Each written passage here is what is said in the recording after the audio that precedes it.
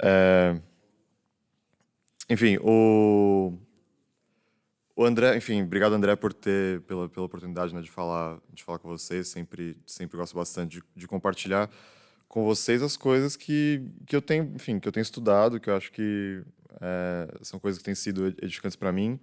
E, enfim, a minha esperança é que seja também edificante para vocês. Então, antes da gente entrar no tema do que a gente vai falar, né?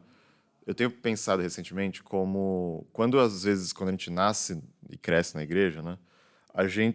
Existe uma expectativa, acho que a gente meio que coloca em nós mesmos, né?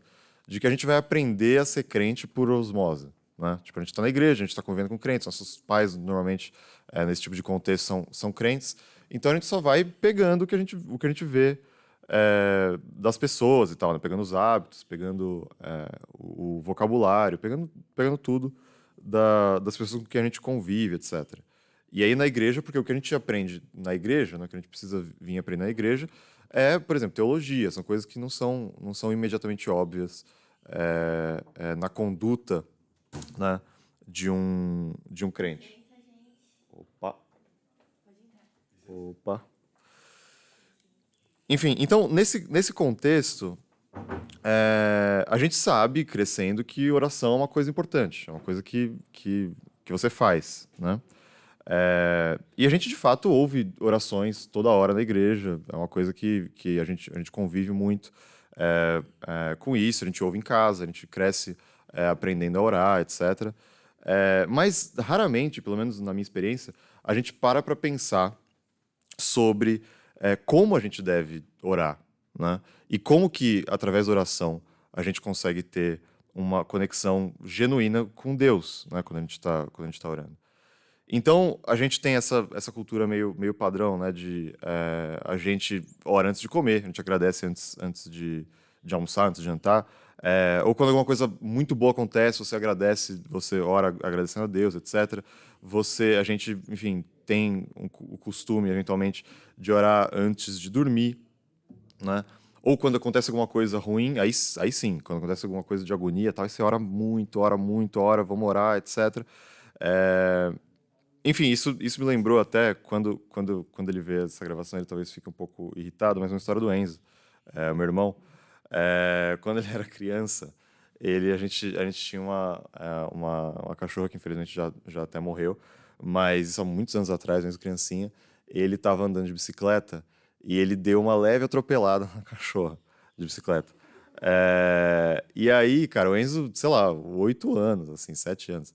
E eu nunca vi o Enzo orar tanto quanto naquele momento. Tipo, cara, ele chorou em prantos, foi pro quarto dele, orava. Parecia Davi, uma cena assim, bíblica, tá ligado? Ele rasgou as vestes, orando em voz alta tal. Tipo, não, que nada aconteça com ela, não sei o que, tal, Deus. E não tá errado isso, tá certo. Tipo, você fez uma coisa, você tá agoniado, você ora quando você tá agoniado, a gente aprendeu isso. É, mas, enfim, tem duas questões, né, sobre essa nossa abordagem com a oração, que a gente, enfim, que é o que a gente pretende trabalhar hoje. O primeiro é que a gente não pode ter a mesma maturidade espiritual do Enzo com 8 anos de idade. Tipo, essa não pode ser a nossa única relação com a oração, tipo, orar quando a gente precisa de alguma coisa. É, a segunda é a seguinte também. A gente tem. É muito claro na nossa tradição que a gente tem uma reserva, e eu acho que é em grande medida justificada, contra os católicos sobre eles, enfim, rezarem várias vezes a mesma coisa, sem pensar. Isso vira uma oração mecânica que não serve para nada. Só que o problema disso não é só que os católicos repetem a mesma palavra, o problema é que eles repetem as mesmas palavras, né, da nossa crítica, sem pensar no que elas significam. Só que isso não é verdade só das rezas dos católicos. Isso pode muito bem ser verdade das orações que a gente mesmo decora. Que a gente está acostumado a orar de certa maneira e a gente ora todo dia a mesma coisa e a gente não está pensando sobre o que a gente está orando e não serve para nada. É a mesma coisa, né? Então, é nisso que a gente pretende trabalhar hoje, né? Enfim, dito isso, eu acho que em toda igreja, e certamente na nossa, existe um espectro de relações de pessoas sobre a oração, né? Então acho que tem alguns que parece que tem uma linha direta com Deus, assim, tipo, eles que oram muito, que sempre se sentem na presença dele quando oram, estão, enfim, constantemente fazendo orações que são edificantes, que são importantes, e que isso é o suficiente. Tipo, o fato de eu orar e o fato de eu me sentir na presença de Deus quando eu oro é o suficiente. E perfeito, né? Tem outros que estão, no meio termo, que muitas vezes se sentem na presença de Deus quando oram, que entendem que a oração é importante, mas também às vezes só fazem oração porque essa é o protocolo, né? Tipo, no meu hábito, faço oração, então é isso. E do outro lado do espectro, que é onde, sinceramente, eu me encontrei por muito tempo, são os que são muito céticos, que têm mil dúvidas sobre como funciona a oração, se faz sentido eu falar para Deus o que está acontecendo, ou eu chegar para Deus falando o que eu preciso, etc. E tem aquelas dúvidas, por que eu vou orar se Deus já é onisciente, então ele sabe de tudo? Ou se eu orar, Deus vai mudar o plano dele por causa da minha oração? Ou se várias pessoas orarem, tem mais poder do que se uma pessoa orar só? Ou se eu orar por 1 hora, tem mais poder do que se eu orar por 5 minutos, etc. Então, por causa dessas dúvidas, isso fica paralisante e no final você não tem uma vida próspera, né? Uma vida habitual de oração, né? Então, hoje, a intenção aqui, eu não vou, enfim, falar sobre a doutrina por trás, ou a teologia por trás da oração, mas o que eu queria fazer era, a partir da Bíblia, evidentemente, compartilhar algumas reflexões práticas que eu tenho tentado implementar nos meus hábitos, etc., e que, de fato, caracterizam o cotidiano de um cristão, segundo o próprio Jesus, né? Então, a intenção, a nossa missão aqui é que também tenha esse efeito para vocês também. Então, vamos começar nossa reflexão pensando o seguinte: o que Jesus, exatamente, tem a ver com as nossas orações? Aí você pensa, a resposta é óbvia, né? No final da oração eu falo, em nome de Jesus, amém. Então, Jesus está nas minhas orações sempre. Só que, cara, sinceramente, se a gente for, né, sincero sobre isso, muitas vezes a gente só fala Opa, Jean. A gente só fala em nome de Jesus no final da oração como se fosse tipo um botão de, né, enviar, né? Oração, enviar. Em nome de Jesus, amém. Só que então a gente precisa aprofundar um pouco qual exatamente é o papel que Jesus, os ensinamentos de Jesus, tem a acrescentar nas nossas orações, né? Então, o que é muito claro é que Jesus se importava profundamente com os hábitos de oração dos seus discípulos, né? Era importante que estabelecer como os seus discípulos deveriam orar e o que eles deveriam dizer e o que eles deveriam fazer quando eles orassem, né? O conteúdo dessa oração. Então, era importante que as orações dos seus seguidores fossem distintas, fossem específicas. Tipo, essas são as orações dos seguidores de Jesus, né? Enfim, em diversos sentidos. Tanto isso é verdade que ele deu uma oração para nós, né? Que é a oração do Pai Nosso. Enfim, e talvez pela nossa familiaridade com o Pai Nosso, né? A gente conhece o Pai Nosso de cabeça, e, enfim, é um texto super conhecido. E talvez também por particularidades da nossa tradição, como eu disse, né? Porque a gente relaciona isso com uma reza que é típica dos católicos. Talvez a gente não dê tanta atenção ou destaque quanto a gente deveria para essa oração, né? Isso também, de novo, eu digo por mim. Tipo, antes de entrar nessa onda de estudo sobre oração, eu considerava o Pai Nosso, né? Mais ou menos, né, um modelo de oração. Tipo, aqui tem mais ou menos o que você precisa falar quando você ora, tal. E aí, enfim, você adapta, ou você fala o que dá na cabeça, tal. O que não significa que, enfim, a oração espontânea esteja errada. Evidentemente não está. Mas considerava o Pai Nosso só, tipo, esse aqui é o modelo, a gente ora mais ou menos assim. E não parece ser exatamente isso, né? Na verdade, o que Jesus está fazendo com a oração do Pai Nosso é condensando o centro do que ele considera importante na nossa relação com Deus e com os próximos, né? Com os nossos próximos nessa oração. Então, vamos ler Jesus ensinando a orar em Mateus 6. A gente vai para Mateus 6, versículo 5.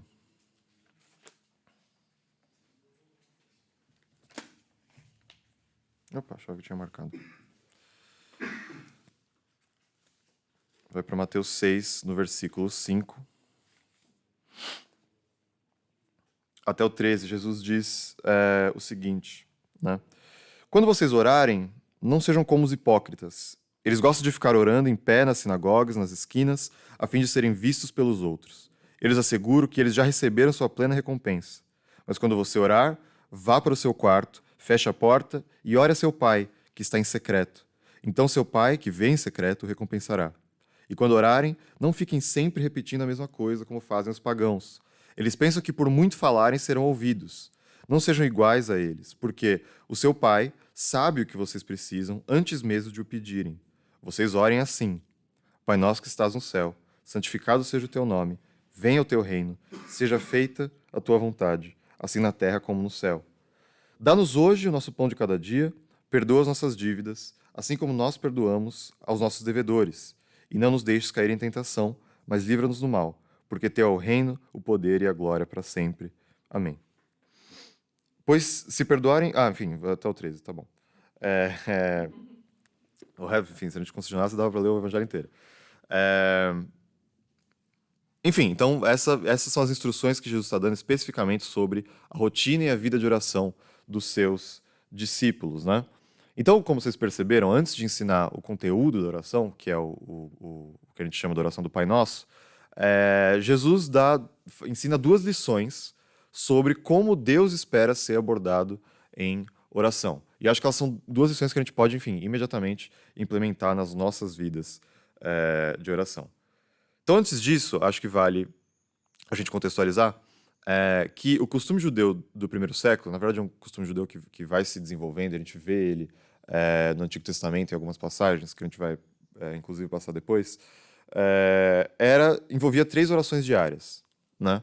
Então, tinha uma oração de manhã, uma oração no meio do dia e uma oração antes de dormir, né? E essa oração durante o dia, normalmente era, enfim, pública, no sentido de que era, enfim, no mercado, você estava no mercado, deu um horário de oração, então você ora e tal. E o que Jesus parece estar exortando aqui era o tipo de situação que alguns, enfim, mestres da lei, alguns judeus que queriam parecer especialmente santos, etc., eles davam show ali na hora da oração, no meio do mercado, no meio do dia, subia num lugar, fazia uma oração longa, eloquente e tal, para parecer, o povo olhar, esse cara tem uma relação com Deus aí, o cara é pesado, tal, ele conhece demais.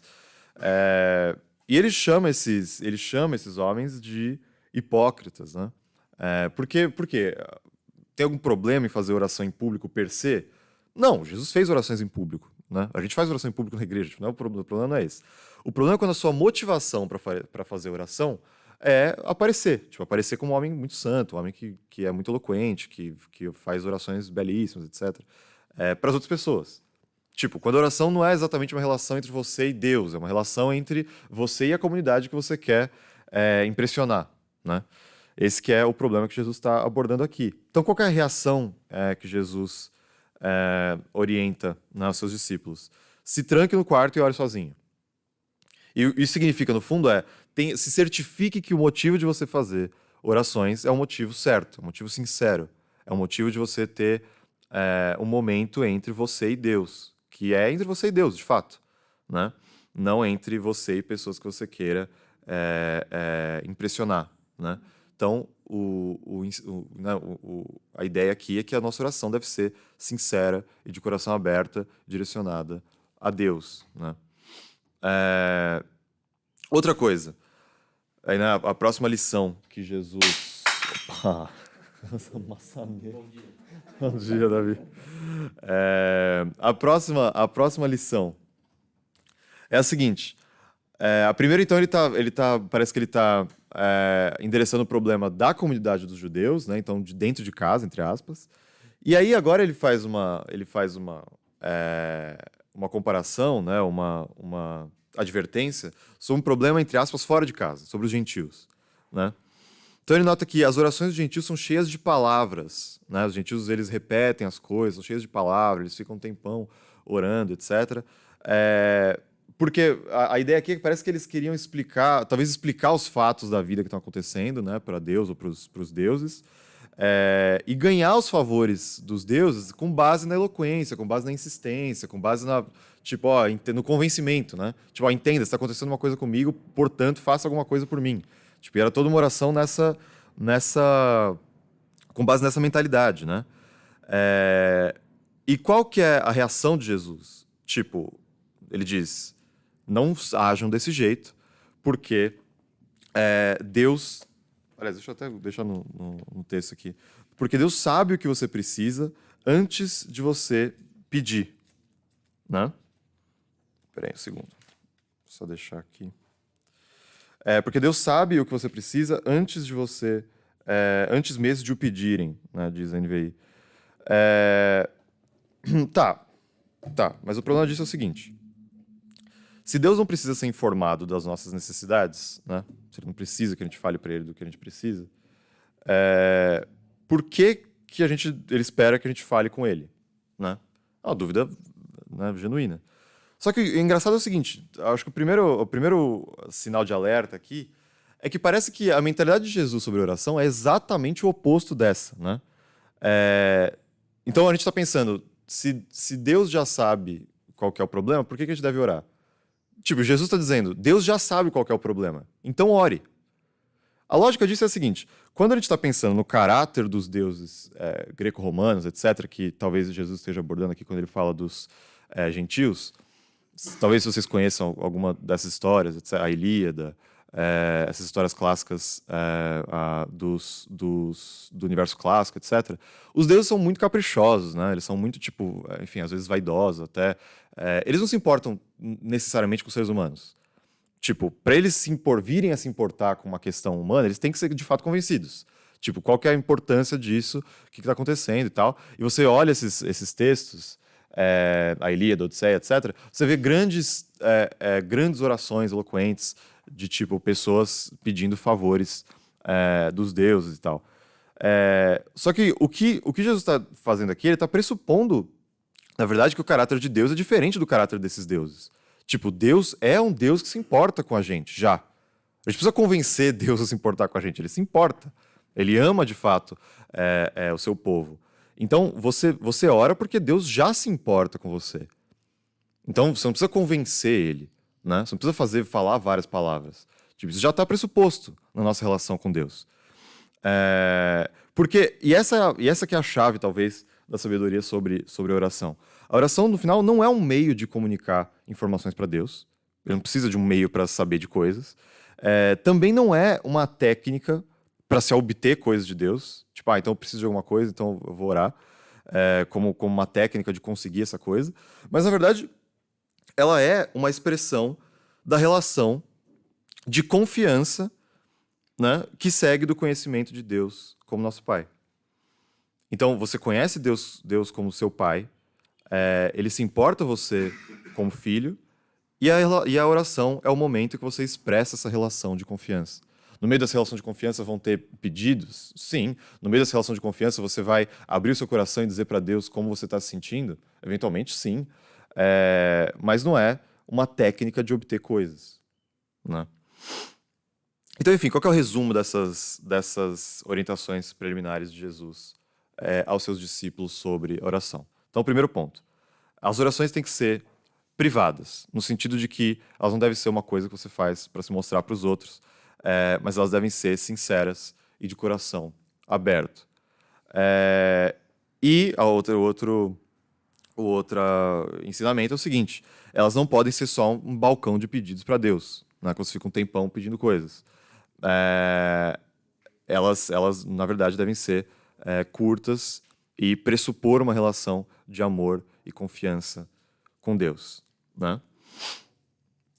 Então, enfim, agora assim a gente entra. O modelo dessa forma de relação com Deus é justamente a oração do Pai Nosso, né?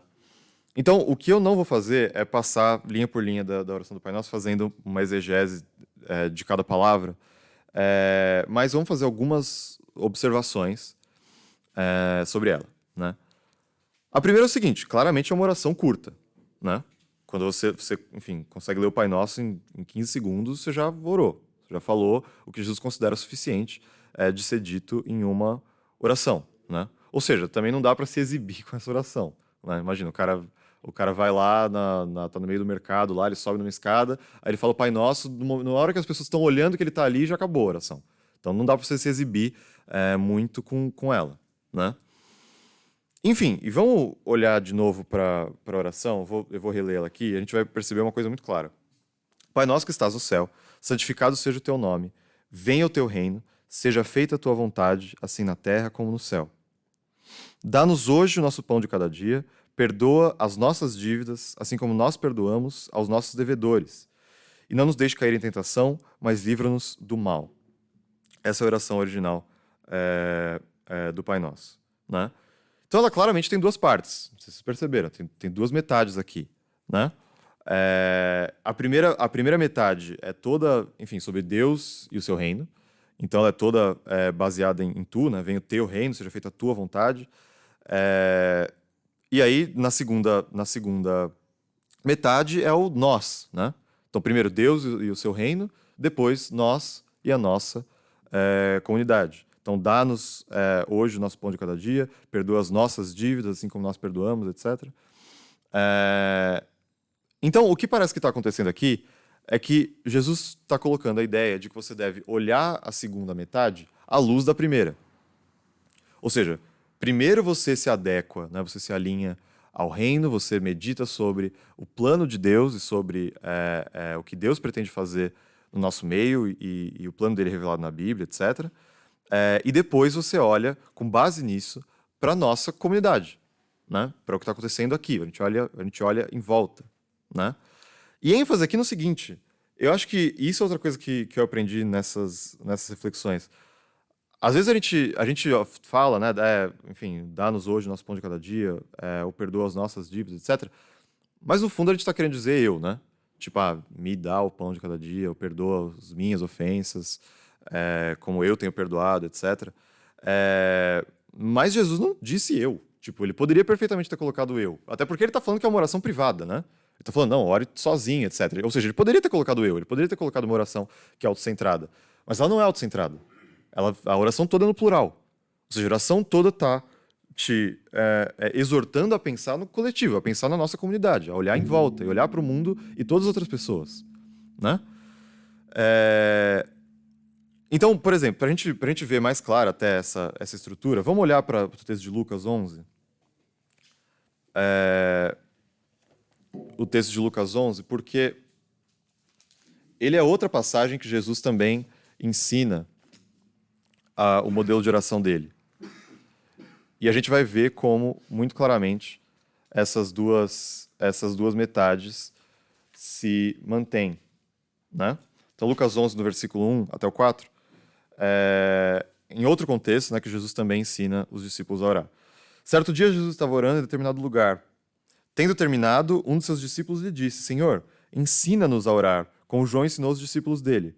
Ele lhes disse, quando vocês orarem, digam, Pai, santificado seja o teu nome, venha o teu reino, dá-nos cada dia nosso pão cotidiano, perdoa-nos os nossos pecados, pois também perdoamos a todos os que nos devem, e não nos deixe cair em tentação. Enfim, esse modelo é mais sintético, né? Ele é mais curto. Mas dá para ver aqui a estrutura de duas partes? Dá, né? Santificado seja o teu nome, venha o teu reino. Primeira parte, o Pai e o reino. Depois, dá-nos cada dia o pão cotidiano. Então, o mesmo padrão, né? Então, por que essas duas metades, né? O que Jesus está fazendo com essas duas metades? Bom, ele tá condensando exatamente o que ele considera mais importante para a nossa vida cristã, né? Para como a gente deve agir na nossa vida cristã. E o que eu quero dizer com isso? A gente vai fazer uma reflexão sobre isso e essa reflexão vai voltar de novo para o Pai Nosso, né? Então, vamos para Mateus, no capítulo 22. Capítulo 22 de Mateus, no versículo 34. Passagem super conhecida de todos nós. que está acontecendo aqui, Mateus, no versículo 34 ao 40? Vamos ler, que a passagem é super curta, e a gente reflete sobre isso. Ao ouvirem que Jesus havia deixado os saduceus sem resposta, os fariseus se reuniram. Um deles, perito na lei, o pôs à prova com essa pergunta: Mestre, qual é o maior mandamento da lei? Respondeu Jesus: Ame o Senhor, o seu Deus, de todo o seu coração, de toda a sua alma e de todo o seu entendimento. Esse é o primeiro e maior mandamento. E o segundo é semelhante a ele: ame o seu próximo como a si mesmo. Desses dois mandamentos dependem toda a lei e os profetas. Então, o que está acontecendo aqui é o seguinte, né? É mais um daquelas situações que a gente conhece bem, né? Dos mestres da lei, ali, os saduceus e os fariseus, quererem, enfim, colocar Jesus numa sinuca de bico, né? Colocar ele numa pegadinha ali, que é um tipo de pergunta que qualquer resposta que ele desse, ele ia ser categorizado em certa tradição, e eles iam, enfim, conseguir saber o que falar dele, saber como criticar ele direito, etc. E Jesus dá uma resposta muito original, né? Porque se ele respondesse de uma maneira ou de outra, talvez eles identificassem a qual escola Jesus se filiaria, qual escola que ele se identificaria, né? Então, essa de fato é uma pergunta importante para o judaísmo do primeiro século, por causa do seguinte: primeiro, aliás, isso é outra coisa que talvez seja importante. Quando ele fala o maior mandamento da lei, né, e depois Jesus diz que depende toda a lei e os profetas, eles estão falando de maneira geral do Antigo Testamento, né?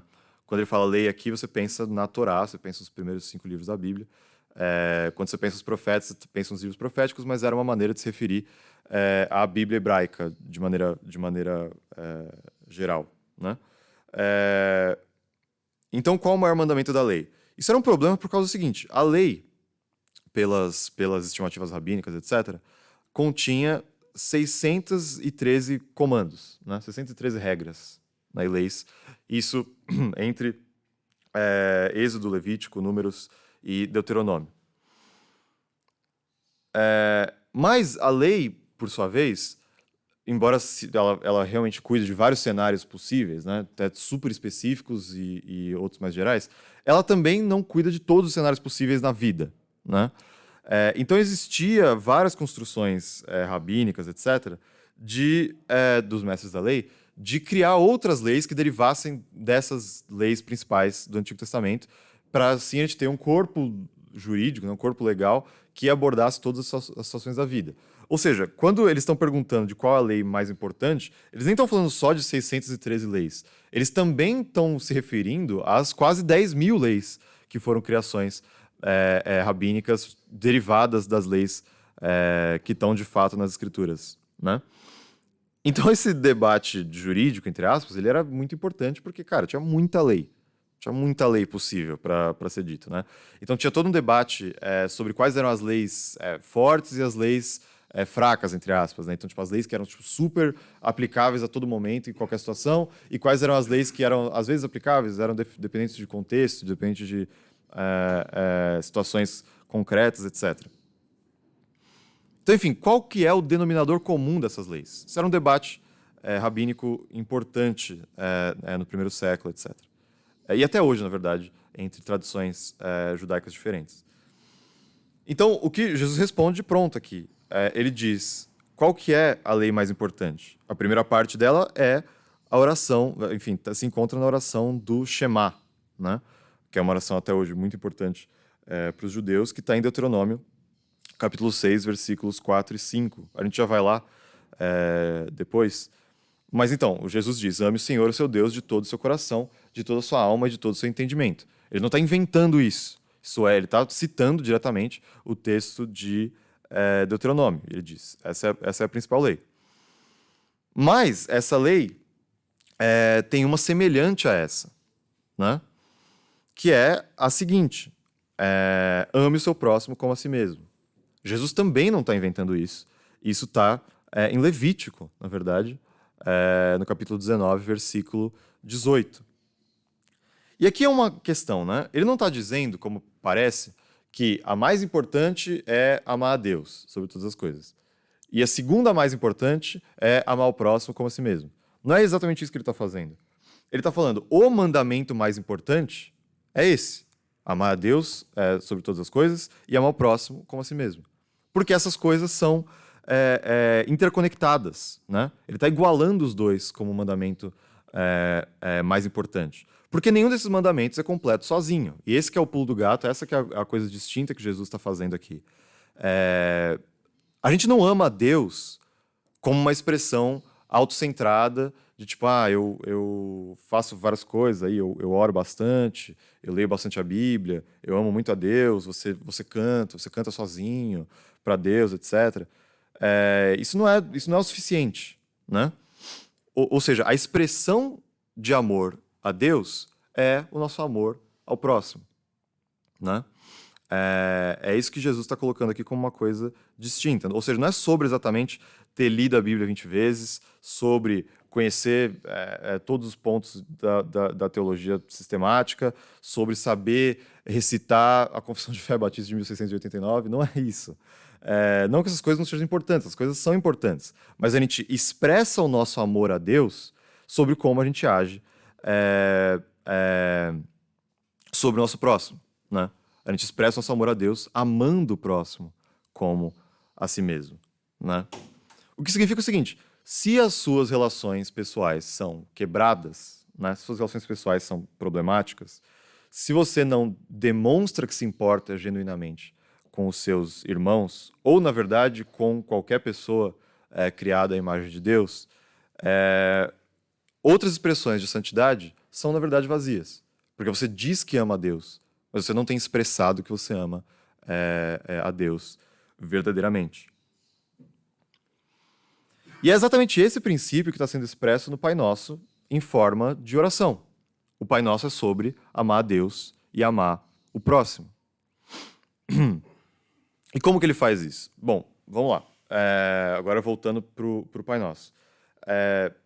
Jesus também não está inventando o Pai Nosso do nada. Ele não está tirando ele totalmente da cartola, não é uma criação que ele tira do nada. E isso, na verdade, torna o Pai Nosso até mais interessante, por causa do seguinte: existe uma oração hebraica, que ainda existe, inclusive, hoje em dia ela é recitada normalmente em funerais, que é o Kadish, né? E ele diz o seguinte: uma oração muito antiga, que inclusive era super conhecida no primeiro século, era recitada nas sinagogas, etc. Então, quando Jesus fala da oração do Pai Nosso, ele está invocando essa memória. Tipo, lembra da oração do Kadish? Ela é tipo isso, só que com uma coisa diferente. E como que ela é? Olha só, vocês vão ver como faz sentido. Que seja exaltado e santificado o seu grande nome no mundo que ele criou, segundo sua vontade. Que ele estabeleça seu reino em vossa vida e em vossos dias e na vida de toda a casa de Israel, pronta e brevemente, e dizei amém. Vocês pegaram as semelhanças aqui, né? Que seja santificado o seu nome, que ele criou segundo sua vontade, que ele estabeleça seu reino. Então, essas coisas estão aqui, né? E eles são parecidos com qual parte da oração? Com a primeira parte. A primeira parte da oração é isso, do Pai Nosso. Então Jesus poderia ter dito: mestre, como que a gente deve orar? Ele poderia ter dito: vocês devem orar como Kadish, é uma boa oração. Aquela é uma boa oração, orem daquele jeito. Acho que aquela oração está cumprindo o propósito aqui. Mas o que ele faz é transformar essa oração, né? Ele transforma essa oração em uma primeira parte, que é como se fosse não um preâmbulo, mas enfim, uma introdução a como a gente deve, ao contexto que a gente deve colocar as nossas petições à comunidade, né? Ao tipo de mentalidade que a gente deve ter quando a gente pensa na comunidade, mas não como suficiente. De fato, depois ela segue para uma parte voltada às necessidades da própria comunidade, né? Então, em outras palavras, o que a oração do Pai Nosso está fazendo nesse contexto? Ela está falando: busque primeiro o reino de Deus. Você busca primeiro o reino de Deus. Você busca se alinhar e apreciar a vontade de Deus e os planos de Deus no nosso meio, mas não para por aí. Depois disso, você olha em volta. Depois disso, você olha em volta para o que está acontecendo na comunidade. Então, por exemplo, vamos lá. Opa, estou em Mateus 22. Vamos lá, vamos passar pro que você vai ver quando você olha para a comunidade. Dá-nos hoje o nosso pão de cada dia. Normalmente, e também, de novo, na minha experiência pessoal, mesmo quando eu pensava no Pai Nosso, essa era uma coisa que ficava um pouco batida para mim. E acho que para muitos de nós também. Porque quando você pensa no Pai Nosso em termos de eu, muitas vezes o pão de cada dia talvez não seja diretamente aplicável para a gente. Tipo, a gente tem as coisas que a gente precisa e eventualmente as suas próximas, sei lá, 10 refeições você sabe exatamente de onde vão vir. Então, talvez não signifique muito, entendeu? Mas se eu olhar em volta, tipo, eu sei de todas as pessoas eu sei de pessoas que estão precisando de coisas. Tipo, certamente sei. É até engraçado porque isso, num parênteses, nem tá no meu esboço. Eu tava lendo comentários sobre a oração do Pai Nosso e o autor do comentário diz: é, às vezes a gente olha para a nossa realidade não seja aplicável, mas naquela época de Jesus, muitas pessoas passavam necessidade, tal, etc. Tipo, cara, não só, né? Não só na época de Jesus, tipo, sai na rua. Tipo, as pessoas estão passando necessidade. Tipo, no nosso meio as pessoas estão passando por necessidade. Não tá distante isso.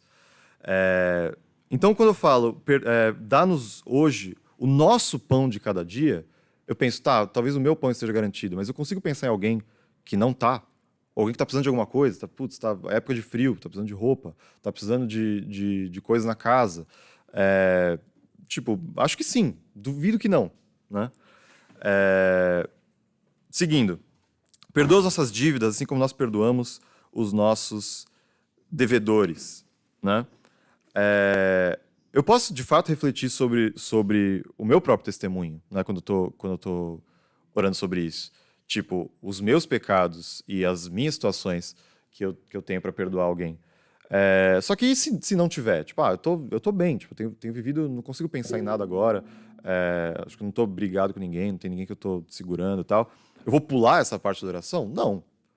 Perdoa as nossas dívidas, né? Como nós perdoamos os nossos devedores. Então, tipo, tô pensando nos meus amigos, tô pensando na minha família, na igreja, nos meus irmãos, etc.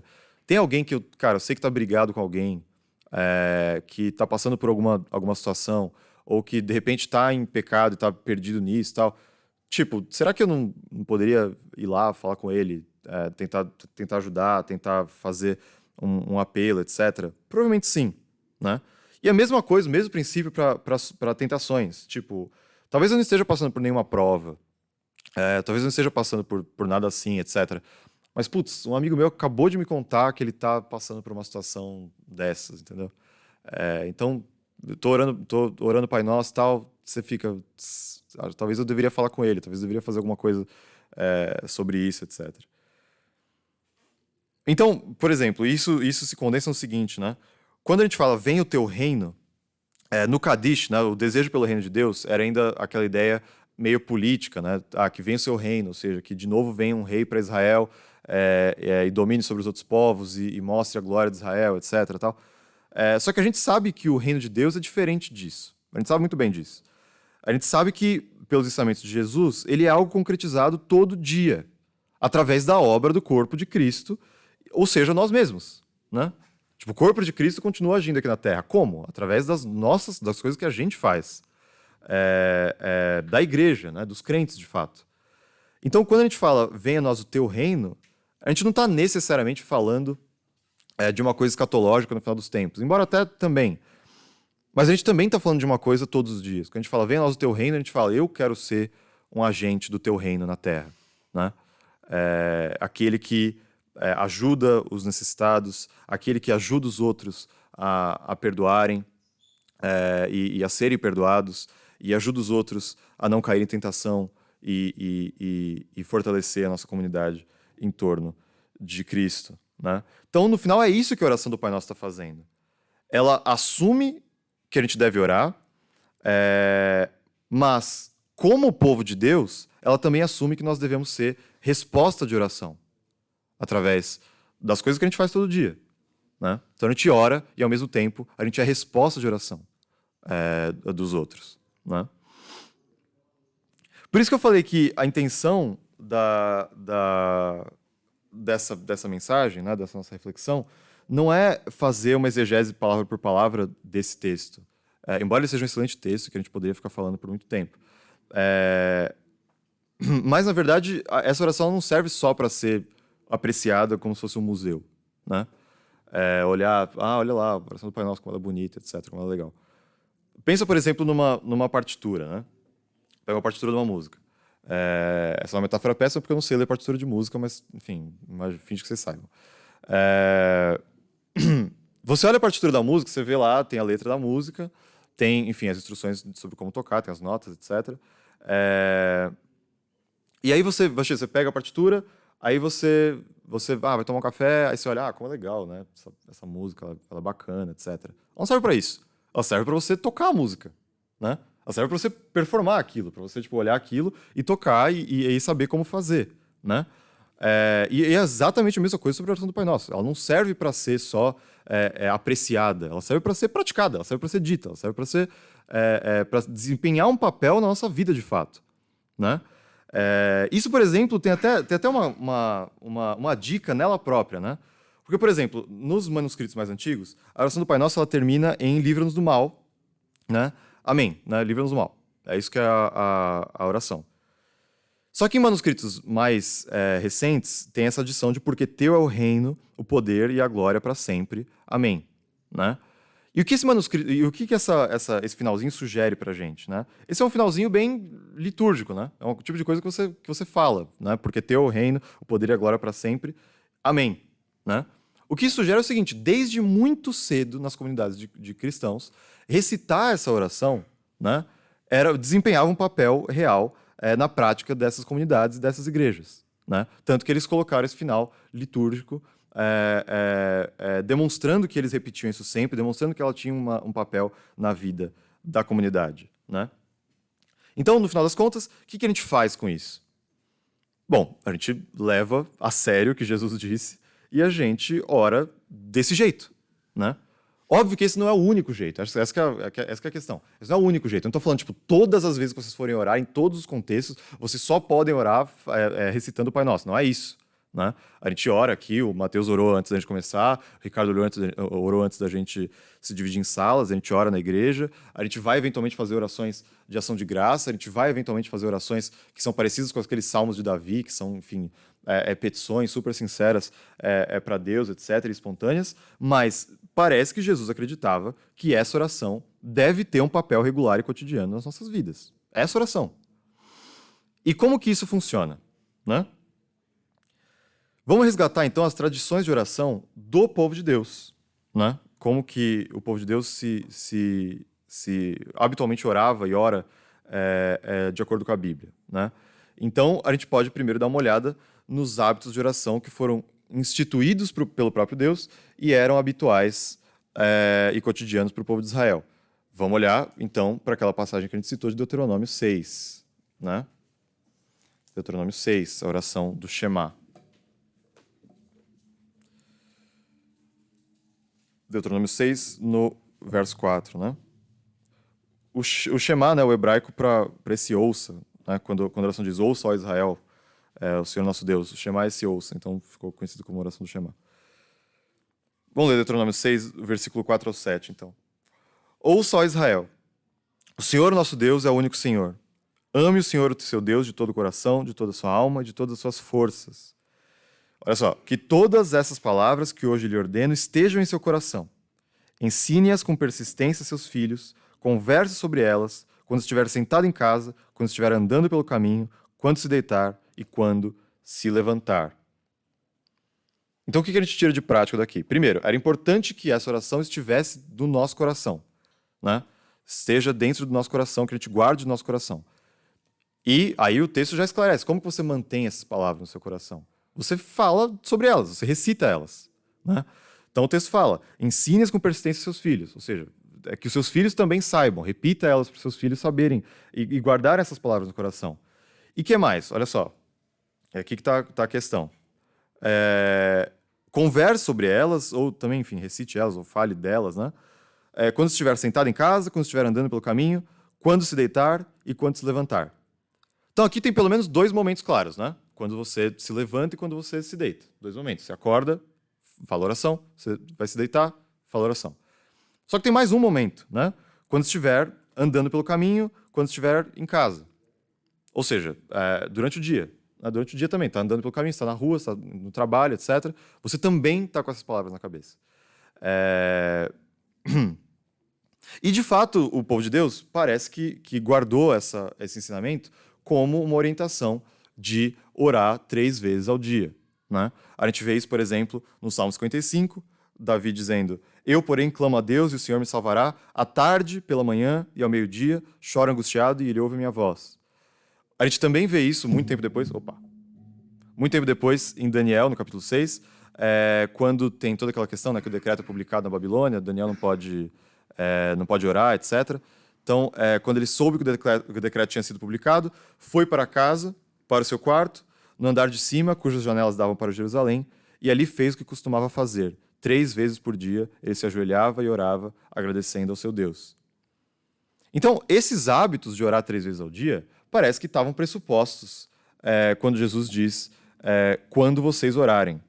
Porque percebe, Jesus não fala... Jesus nem se dá o trabalho de falar que é importante orar. Ele pressupõe que oração é uma coisa importante na rotina do seu povo, né? Então, tanto aqui quanto em Lucas, ele diz, quando vocês orarem. Né? Porque é uma coisa que vocês fazem habitualmente, eu sei. Tipo, o povo de Deus ora, é o que a gente faz. Então, quando vocês orarem, né, nesse hábito de 3 vezes ao dia, orem dessa maneira. Então, enfim, às vezes, para a gente fechar, né?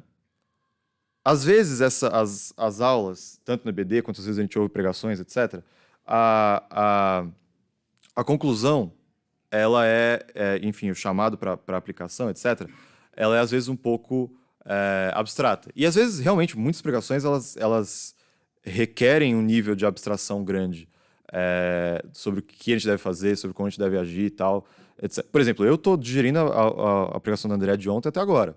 Tipo, o chamado à santidade. Entendeu? Isso é abstrato, isso é profundo, porque isso envolve a totalidade da nossa vida, né? Como o André ressaltou ontem. Então, às vezes, e isso também na minha experiência, a gente fica um pouco... É um pouco difícil de digerir quantas coisas eu tenho que fazer, né, para alcançar a santidade, para viver de fato como um crente. Então, mas dessa vez, né, esse ensinamento que eu estou tentando passar hoje, ele é muito prático e concreto. Tipo, eu estou tentando estabelecer um hábito muito concreto e prático. É tentar criar o hábito de 3 vezes por dia. Interromper o que a gente está fazendo. Tipo, a gente está fazendo nossas coisas, tá, etc. E se lembrar do reino de Deus. Né? Se lembrar da nossa necessidade de santidade individual e também o que nós devemos fazer perante a nossa comunidade. Ou seja, 3 vezes ao dia, a gente tentar recitar o Pai Nosso, na nossa cabeça. Pode ser silencioso, pode ser sussurrando, pode ser em voz alta se você estiver sozinho, mas tentar recitar o Pai Nosso e, eventualmente, orar também. Mas, pelo menos, recitar esse Pai Nosso. Por quê? Porque são 15 segundos. São 15 segundos. Tipo, se você recitar pausadamente, refletindo sobre o que você está falando, que é, enfim, obviamente, o que a gente está tentando fazer aqui, né? Sei lá, são 30 segundos. Não é o tipo de coisa que vai... putz, eu estou ocupado agora, não posso fazer isso. Não é. Tipo, dá para fazer isso. E eu, há um mês, mais ou menos, um mês e meio, tenho feito isso. Tipo, todo dia, ou procuro fazer todo dia. Às vezes, enfim, às vezes passa, tipo, não fiz. Mas aí, quando eu lembro, eu faço na hora que eu lembrei. E reflito um pouco sobre isso. E, enfim, eu achava que fosse uma coisa... Achava que fosse uma coisa muito mecânica, uma coisa muito burocrática. Mas principalmente, por exemplo, essas orações no meio do dia, muitas vezes, por exemplo, eu faço quando eu estou dirigindo para o escritório. Às vezes eu vou para o escritório na hora do almoço e tal, né? E eu faço, e aí, cara, você vê tipo, uma pessoa na rua, você vê um cara pedindo alguma coisa no farol, e aí, né, você fala, dá-nos hoje o pão de cada dia. E aí é como se, tipo, Jesus falasse com você, tá, e aí? Você tá vendo o que tá acontecendo. Tipo, e você sobre isso, entendeu? Ou ainda você tá no trabalho bravo com alguma questão, tipo, alguém fez alguma coisa, você tá desse jeito, tá, etc. E você fez uma fofoca ali, você fez uma... sabe, deu uma... Né? Trabalho, você sabe, né, como que é. E aí você fica no... perdoa as nossas dívidas assim como nós perdoamos os nossos devedores. Aí você sente um pouco, tipo, putz, acho que eu não deveria ter feito isso, né? Ou talvez você esteja na iminência de esse cara, talvez essa não seja a conduta que eu deveria levar aqui. Ou você está sendo tentado, e a gente é tentado frequentemente, tipo, alguma questão tal. Aí você fica, cara, certamente não deveria fazer isso. Porque quando a gente tem essas palavras no nosso coração, não tem como fugir. Tipo, você sente. E quando você não tá pensando nisso, você consegue, de repente, levar a sua vida com o coração fechado, entendeu? Tipo, você peca e não significa nada. Ou você vê uma pessoa passando por alguma questão, um irmão seu tal. Ou, de repente tipo, a Socorro mandou um negócio, teu irmão precisando de alguma coisa. Se você acabou de orar, dar uns pão de cada dia, como que você vai, sinceramente, fechar os olhos para isso? Entendeu? E na minha experiência, isso tem causado um tipo de. Acho que transformação é uma palavra forte, mas tem causado um efeito prático muito perceptível, assim, sobre todas as coisas. Nesse tipo de situação. Né? Porque você é constantemente confrontado com essas palavras, quando você tem essas palavras no seu coração. Então, essa que é o meu apelo, e que eu acho que é super implementável, sinceramente, nas nossas vidas a partir de hoje, sinceramente. Fazer essa oração 3 vezes por dia. Às vezes você vai fazer essa oração e você tem várias coisas outras para falar com Deus, você tipo tem coisas para agradecer, tem coisas para pedir, tem coisas para desabafar, etc. E você faz essa oração e também faz isso. Mas tipo, pelo menos 3 vezes ao dia fazer essa oração e meditar sobre isso de verdade, né? De novo, a intenção não é a gente virar, tipo, fazer essa reza todo dia, tal, fazer aquela virar, tipo, fiz aqui o meu dever. Tipo, beleza, consegui em 5 segundos. Tipo, não é isso. Não é isso. Mas meditar sobre essas palavras. 3 vezes por dia. A gente acorda, então, para o nosso dia, Pai Nosso que estás no céu. A gente tá no meio do dia, no meio do trabalho, dirigindo para o trabalho, ou tá em casa fazendo home office, Pai Nosso que estás no céu. Aí no final do dia, vamos refletir sobre o dia, o que a gente fez, o que a gente poderia ter feito, e, de novo, fechar o dia com isso. Realmente é um hábito que, assim, paga dividendos para a nossa vida espiritual. Tenho falado por experiência própria, tenho, enfim, falado em casa constantemente para todo mundo sobre isso, e também acho que é uma coisa que eu também queria há muito tempo compartilhar com vocês, porque, cara, faz efeito. Tipo, de verdade faz efeito. Então, para a gente fechar, eu ia falar pra gente recitar junto o Pai Nosso, mas eu vou fazer uma coisa que eu acho que vai ser mais legal. Que vamos todo mundo fechar o olho, né? Eu vou fazer essa oração, só que eu vou fazer ela pausada, pra gente fazer esse exercício de pensar sobre ela. De, tipo, pensar sobre os planos de Deus, pensar sobre o reino de Deus. Mas aí, em cada cláusula dela, né, a gente pensar sobre as coisas que ela está exortando a gente a pensar na nossa comunidade. Né? A cuidar dos outros, a manter a nossa santidade, a perdoar pecados e também pedir perdão pelos nossos pecados, a não cair em tentação e a pedir a Deus que sempre nos livre do mal. Então vamos fazer isso, vamos orar e a gente já encerra. Pai nosso, que está no céu, santificado seja o teu nome. Venha a nós o vosso reino. Seja feita a tua vontade, Pai, assim na terra como no céu. O pão nosso de cada dia nos dai hoje. E perdoai as nossas ofensas, assim como nós temos perdoado a quem nos tem ofendido. Não nos deixei cair em tentação, mas livra-nos do mal, Pai. Porque teu é o reino, o poder e a glória, para sempre. Em nome de seu Filho Jesus Cristo. Amém. É isso, gente.